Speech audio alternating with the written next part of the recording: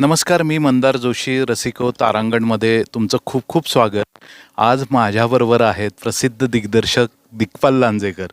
दिग्पाल, तू मुंबई पुण्याचा, मी मुंबई पुण्याचा, पण आपण गेले 2 वर्ष कुठं भेटतोय माहिती आहे का तुला?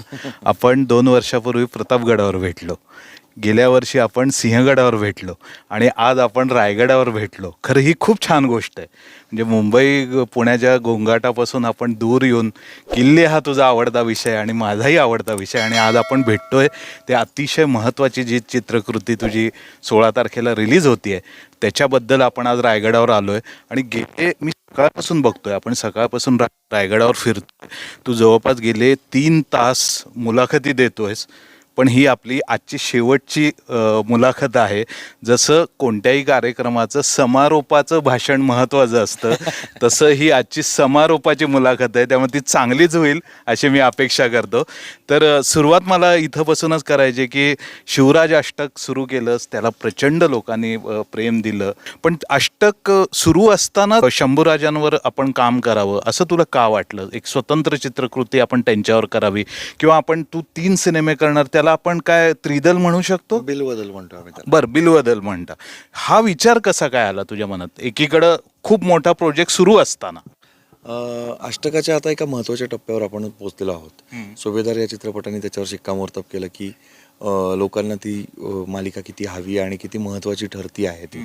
समाजमनही त्याच्यामध्ये फारच मोठ्या प्रमाणावरती बदलताना आपल्याला दिसतं. त्याच्यामुळे चांगलं पॉझिटिव्ह बदल होताना आपल्याला दिसतात. तुम्ही सगळेजण समीक्षक वारंवार ते पाहतच असता आणि नोंदवतही असता.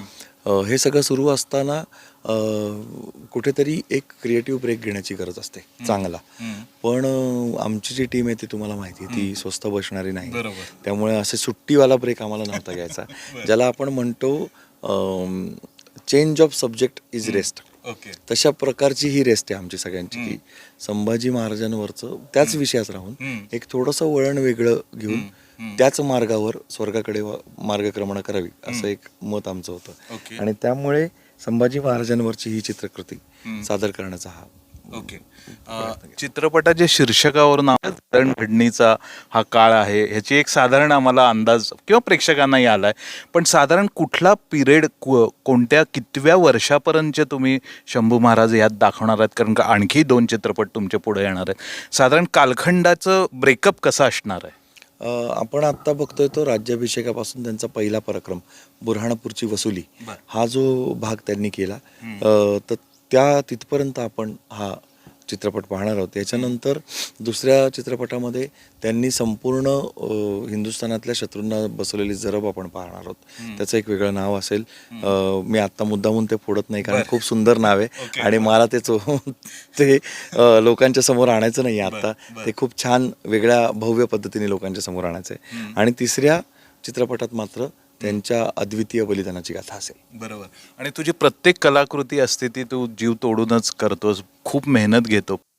शिवाजी महाराजांवरचा अभ्यास म्हण किंवा संभाजी महाराजांचा अभ्यास म्हण हा इतका झालेला आहे आता की तुला रात्री झोपेतून जरी आम्ही उठवलं आणि काही विचारलं तरी तू पटकन आम्हाला सांगशील. तर मला विचारायचं ह्याच्यासाठी, त्यावेळी पटकथा जी बांधतो आपण, त्या पटकथा बांधताना पुन्हा तू काही नव्याने काम करतो का ते पूर्ण तुझ्यात आता ते मुरलेलं आहे, उतरलेलं आहे आता? नाही, जबाबदारी म्हणून तुम्हाला काम पुन्हा करावंच लागतं. म्हणजे जरी बऱ्यापैकी इतिहास आता ढोबळमानाने आपल्याला त्याचा लाईनअप माहिती असतो, या घटनेनंतर हे, या घटनेनंतर हे, त्याची क्रोनॉलॉजी माहिती असते, सणावळी आता बऱ्यापैकी लक्षात आहेत. परंतु त्याच्यामध्ये बरेच छोटे छोटे न्यूअन्सेस असतात, छोटे छोटे तपशील असतात जे निसटून गेले तर तुमचा कथा म्हणून सुद्धा ढाचा बिघडतो आणि इतिहास म्हणून तर सगळंच बिघडून जातं. तर असा तपशिलात्मक काही चूक होऊ नये याच्याकरता पुन्हा ते जी घटना किंवा जो कालखंड तुम्ही निवडलाय त्या कालखंडाचा साकल्याने अभ्यास तुम्हाला करावा लागतो. म्हणजे फक्त मी समजा छत्रपती संभाजी महाराजांवर चित्रपट करतोय तर फक्त त्यांचाच अभ्यास किंवा त्यांच्या कृतींचा अभ्यास करून नाही चालत. त्यावेळी त्या तत्कालीन समजा शत्रू असतील तर इंग्रजांचं काय म्हणणं होतं, पोर्तुगीजांचं काय म्हणणं होतं, सिद्धी काय करत होते त्यावेळेला, इतर ज्या शाह्या होत्या म्हणजे आदिलशाही खऱ्या अर्थाने संपवली, पूर्णतः नामशेष केली ती शंभूराजांनी केली. तर आदिलशहाची मंडळी काय करत होती, मुघल नेमकं काय काय करत होते अख्ख्या भारतामध्ये, या सगळ्या गोष्टी मग तत्कालीन जे सगळे व्यापाराचे परवाने होते ते सगळे औरंगजेबाने दिलेले होते, ज्याचा आपल्या कथेशी संबंध आहे. म्हणजे कुठली माणसं बुऱ्हाणपुरामध्ये येऊन व्यापार करत होती, या सगळ्याचे तपशील गोळा करण्यासाठी तुम्हाला परत एकदा पॉलिशिंग करणं गरजेचं असतं.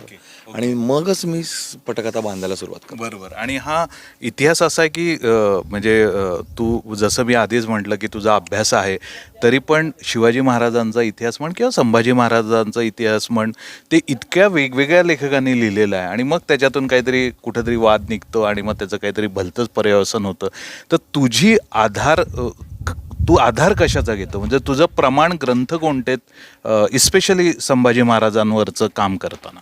मी आता 2 महत्त्वाचे ग्रंथ आणि बरोबर ठेवले, ते म्हणजे वासी बेंद्र्यांचं जे चरित्र आहे संभाजी महाराजांचं, छत्रपती संभाजी महाराज या नावाचं, ते मी समोर ठेवलं. आणि शिवपुत्र संभाजी हे कमल गोखल्यांचं चरित्र, हे दोन्ही अभ्यास ग्रंथ आहेत, साधन ग्रंथ त्यांना मानलं जातं. वासी बेंद्रे हे तर आपल्या महाराष्ट्रातल्या इतिहासकारांचे पितामह मानले जातात. तर त्यामुळे वासी बेंद्रांचं, वासुदेव सीताराम बेंद्रे यांचं चरित्र मी प्रामुख्याने आत्ता आधार म्हणून बरोबर ठेवलं. कारण जेव्हा तुम्ही कादंबऱ्या घेता, वाचता, तेव्हा कादंबऱ्यांमध्ये कोणीतरी आधीच ऑलरेडी त्याच्यामध्ये कल्पनाविलास करून ठेवलेला आहे त्या तथ्यांवर आधारित. त्यामुळे मग तुमची तथ्य चुकू शकतात.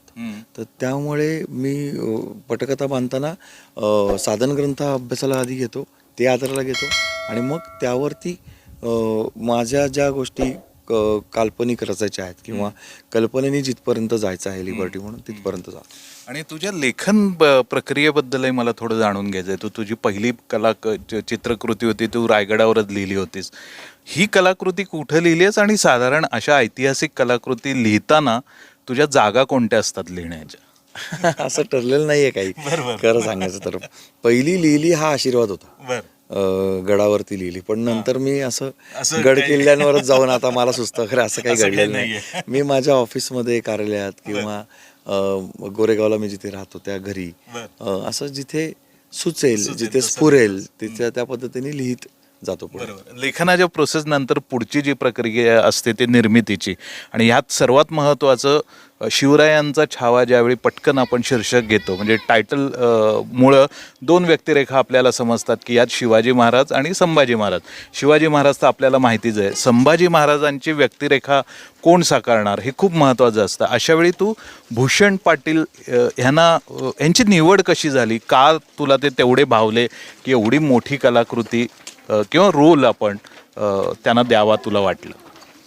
भूषणच्या अनेक टेस्ट झाल्यात, कसोट्या ज्याला म्हणू आपण, अशा पद्धतीच्या गोष्टी आम्ही केल्या. लुक टेस्ट झाल्या, ऑडिशन्स झाल्या, त्याच्याबरोबर अनेक कलाकार होते. पण याच्यामध्ये महत्त्वाचं ठरलं ते म्हणजे त्याचं डेडिकेशन, त्याची कष्ट घेण्याची सवय, आणि ओव्हरऑल इतर जे गुण त्यांनी कमावले होते त्या सगळ्या गोष्टी मला महत्त्वाच्या वाटल्या. आणि संपूर्ण क्रिएटिव्ह टीमचा एकत्रित चर्चेचा परिपाक म्हणजे भूषणची निवड आहे. आता आणखीन एक निर्मितीचा उल्लेख निघाला म्हणून अष्टकचे निर्माते वेगळे आहेत, तू स्वतः आणि चिन्मय त्यातला एक पार्ट आहात. तर ह्याचे निर्माते तुला सहजासहजी मिळाले का थोडं काम करावं लागलं त्याच्यासाठी? मुळात या निर्मात्यांच्या मनामध्ये ही संकल्पना होती आणि ते माझ्यापर्यंत पोहोचले. आणि पोहोचल्यानंतर मी हा चित्रपट कशा पद्धतीने मांडला पाहिजे आणि किती भागांमध्ये मांडला पाहिजे ह्याची संकल्पना त्यांच्यासमोर मांडली. त्याला त्यांनी होकार दिला. अशा रीतीने ती प्रोसेस घडली आणि मग मल्हार पिक्चर कंपनी या सगळ्याची निर्माती बनली. बरोबर. आणि हा सिनेमा तुझ्या आधीच्या चित्रपटांप्रमाणे चॅलेंजिंग नक्कीच असणार, कारण तू दरवेळी स्वतःलाच काही ना काहीतरी चॅलेंज देत असतोस. महत्त्वाची चॅलेंजेस काय होती आणि ती ओव्हरकम कशी केलीस? एकतर म्हणजे याच्यामध्ये अशी काही पात्र आहेत जी माझ्याच सिनेमांमध्ये आधी येऊन गेली आहेत. जसं कोंडाजी फर्जंद आहेत, तर परंतु आता कोंडाजी फर्जंद आहेत किंवा बहिर्जी नाईक आहेत, तर ही सगळी पात्र आता वयाच्या ओघात असणार आहेत. म्हणजे संभाजी महाराजांच्या कारकिर्दीच्या वेळेला ते थोडेसे वयस्क असणार आहेत. त्यांनी मध्यम वयीन असतील ते, किंवा ते पार केलेलं असेल. अशा पात्रांना पुन्हा निवडणं जेव्हा कोंडाजी फर्जनची भूमिका माझ्या चित्रपटातनं एवढी गाजली, त्या भूमिकेसाठी नवीन कलाकार निवडणं हे तिथपासनं जे चॅलेंज सुरू झालं. दुसरं म्हणजे एस्टॅब्लिश झालेलं स्वराज्य दाखवणं, त्याची भव्यता दाखवणं. याच्याकरता सेट्स उभे करावे लागणार होते. तर त्याच्याकरता मला आमच्या निर्मात्यांनी प्रचंड सहकार्य केलं. कुठेही माझा शब्द पडू दिला नाही आणि ते सेट्स प्रत्येक रेडीजनी तितक्या ताकदीने उभे केले. तर अशा प्रकारचे चॅलेंजेस आणि त्याच्यावरचं उत्तर असं आम्ही शोधत गेलो. ओके, की कुठं कुठं शूट झाली आणि फिल्म? वाईच्या जंगलामध्ये शूट झाली, वाईच्या भागामध्ये. त्याच्यानंतर नायगावला आपण या भव्य सेट्सवरती याचं शूटिंग केलं. आणि सगळ्यात महत्त्वाचं म्हणजे त्या सिनेमाचा मुहूर्त रायगडावर झाला. त्याचा पहिला शूटिंगचा दिवस रायगडावर संपन्न झालेला आहे. आणि तू जसं ठरवलं होतंस तशी अगदी तुला हवी तशी फिल्म बनली? असं प्रत्येक फिल्म मेकरला वाटतं पण काही ना की काहीतरी एक अजून चांगलं करता आलं असतं. तसं मलाही आत्ता वाटतंय. पण अखेर आता जनतेच्या दरबारामध्ये सर्व निर्णय सोडून शिवरायांच्या चरणी सगळं वाहून मोकळं व्हायचं हे मी शिकलेलो आहे गेल्या 5 चित्रपटात. आणि मला दिग्पाल आणखीन एक तुझी गोष्ट काय आवडते, जसं मी आधीच म्हटलं की इतिहास हा आपल्याकडचा अत्यंत सेन्सिटिव्ह विषय आहे. जे जरा काही झालं तरी खट्ट जरी झालं तरी लगेच. आणि इथं तर साक्षात छत्रपती शिवाजी महाराज आणि संभाजी महाराजांचा इतिहास आहे. पण तुझ्या कलाकृती तू इतक्या निष्णातपणे ते करतोस की समहाव चांगली गोष्ट आहे ही, की तुझ्या सिनेमाला असा कधी वाद होत नाही किंवा मोठं काही त्याच्याबद्दल घडत नाही. ही खरं कौतुकाची गोष्ट आहे. म्हणजे मला खरंच चांगलं वाटतं की एखादा फिल्म मेकर इतक्या ताकदीने अभ्यास करून जातो आणि लोकांमध्येही अशा प्रतिक्रिया उमटत नाही. तर तू तेवढी काळजी घेतोस सुरुवातीपासून अगदी, म्हणजे इतका काटेकोर असतोस तू? अगदीच असतो, कारण माझ्या समोरचा फोकस क्लिअर आहे की मी छत्रपती शिवाजी महाराज आणि छत्रपती संभाजी महाराज आणि एकूणच शिवकाल किंवा मराठ्यांचा इतिहास ही प्रेरणेचं स्थान म्हणून मानतो. त्याच्यामुळे त्याचा अभ्यास मी याच्यासाठी करतो की त्या अभ्यासात मला न्यूनं पण कळतात, उणिवा पण लक्षात येतात. पण त्या सांगत बसून आपलं काय साध्य होणार आहे आणि त्यातनं वाद निर्माण करून काय साध्य होणार आहे? काहीच नाही. पुढच्या पिढीला आपले पूर्वज कसे होते, त्यांनी किती उत्तम काम करून ठेवलंय आणि कसे ते सर्वोत्कृष्ट होते हे सांगत राहिलो तर त्यांनाही कदाचित त्यांच्यासारखं बनवण्याची प्रेरणा मिळेल. नाहीतर त्यांना हेच वाटणार की मग आमच्या पूर्वजांनी चुका केल्या. आणि त्यांनी चुका माहिती असणं, त्यातून शिकणं आणि गुण माहिती असणं आणि त्यातून प्रेरणा घेणं या दोन्ही वेगळ्या गोष्टी. बरोबर. मला असं वाटतं की चुका माहिती असाव्यात पण त्यातून त्या उगाळत बसू नये आणि त्यातून न्यूनगंड तयार होऊ नये, जो आजपर्यंत ब्रिटिशांच्या या शिक्षण पद्धतीत आपल्या मनात झाला. बरोबर. मला असं वाटतं की इतिहास हा इतका प्रेरणादायी आहे आपला, इतकी अचाट कामं आपल्या लोकांनी करून ठेवली आहेत सर्व क्षेत्रांमध्ये की ती लोकांसमोर आली पाहिजेत, पुढच्या पिढीपर्यंत आलं पाहिजे, त्यातनं प्रेरणा मिळाली पाहिजे. आणि मग आपल्याला कोणीच थांबवणारं नाही आहे, कारण आपल्यामध्ये त्या सगळ्यांचंच रक्त वाहत आहे. पण तू चांगला उल्लेख केलास, प्रेरणादायीच आहे सगळं. पण कधी कधी काय होतं, म्हणजे तुलाही माहिती आहे की आपण क्षुल्लक गोष्टीतून काहीतरी, म्हणजे तुलाही माहिती असेल की संभाजी महाराजांना धर्मवीरवरून जो काही वाद निर्माण झाला. तर मला तुला विचारायचं असं की एक चांगला फिल्म मेकर, एक चांगला माणूस, शिव अभ्यासक म्हणून असे वाद निर्माण होतात. तुला किती ते त्रास होतं, किती टोचतं तुला आतून? खूप टोचतं, खूप वेदना होते. कारण दुर्दैवाने आपण काय होतं की जेव्हा वाद निर्माण होतो तेव्हा जी तरुण पिढी याच्यामध्ये सामील होते त्याच्यापैकी बहुतेकांपर्यंत तो इतिहास अर्धवट पोचलेला असतो. त्यामुळे खूप वाईट वाटतं आणि दुर्दैव असं की त्याचा राजकारणासाठी उपयोग होतो.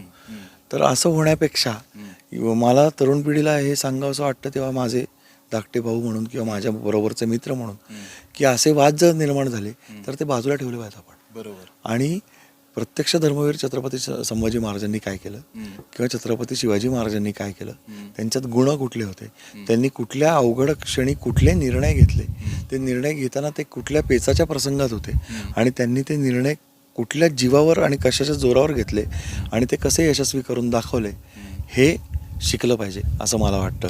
आणि तो आपल्या इतिहासाचा खरा काय म्हणू त्याचा उपयोग आहे. मध्ये एका मुलाखतीत मी म्हणलं होतं, ती खूप क्लिप व्हायरल पण झाली होती की इतिहासात चंदनपणे आणि कोळसापणे काय उकळायचं ते तुम्ही ठरवायचं. तुम्ही कोळसाच उगाळत बसलात तुमचे हात काळेच होणार, चंदन उगाळत तर त्याचा सुवास हा जगभर पसरणारा इतका मोठा इतिहास आहे आपला. अगदी. तर आपण आधी चंदन तर उगाळूया. कोळसा बघायचा नाही असं नाही आहे, हात काळे होऊ नयेत याच्यासाठी तो बघायचा. मला आणि रसिको दिग्पालची आणखीन एक गोष्ट तुम्हाला मुद्दाम सांगायची आहे. म्हणजे गेले 6-7 तास आम्ही आत्ता रायगडावर आहे आणि दिग्पालनी फक्त मुलाखती नाही दिलेली आम्हाला मीडियाला. दिग्पालनी आम्हाला आधीच सांगितलं की मला तुम्हाला रायगड दाखवायचा आहे, मला रायगड तुम्हाला समजावून सांगायचा आहे. तर मला वाटतं की फिल्म मेकर हा फक्त फिल्म बनवत नसतो, त्याला त्याचा विचार मांडायचा असतो आणि मीडिया एक साधन असतं. त्यामुळे तू मीडियाचंच आधी प्रबोधन करतोस, त्यांनी काय बघायला हवं हे त्यांना दाखवतोस आणि मग तुझा विचार मांडतोस. ही खूप चांगली गोष्ट आहे असं मला वाटतं. मी तुमचं प्रबोधन करणं इतकं मोठं नाही आहे, पण मला ना या ठिकाणी आल्यानंतर काहीतरी शेअर करावं असं वाटतं. म्हणजे आता झाले असं की गेले 7-8 वर्ष आपण सगळे एकत्र आहोत. आपली एका वेगळ्या लेवलची मैत्री आहे. म्हणजे त्याच्यामध्ये कुठेतरी तुम्ही पत्रकार, समीक्षक आणि मी फिल्म मेकर म्हणून मला वाटतं की आपला संवाद खूप कमी होतो. मित्र म्हणून आपला संवाद खूप जास्त होतो.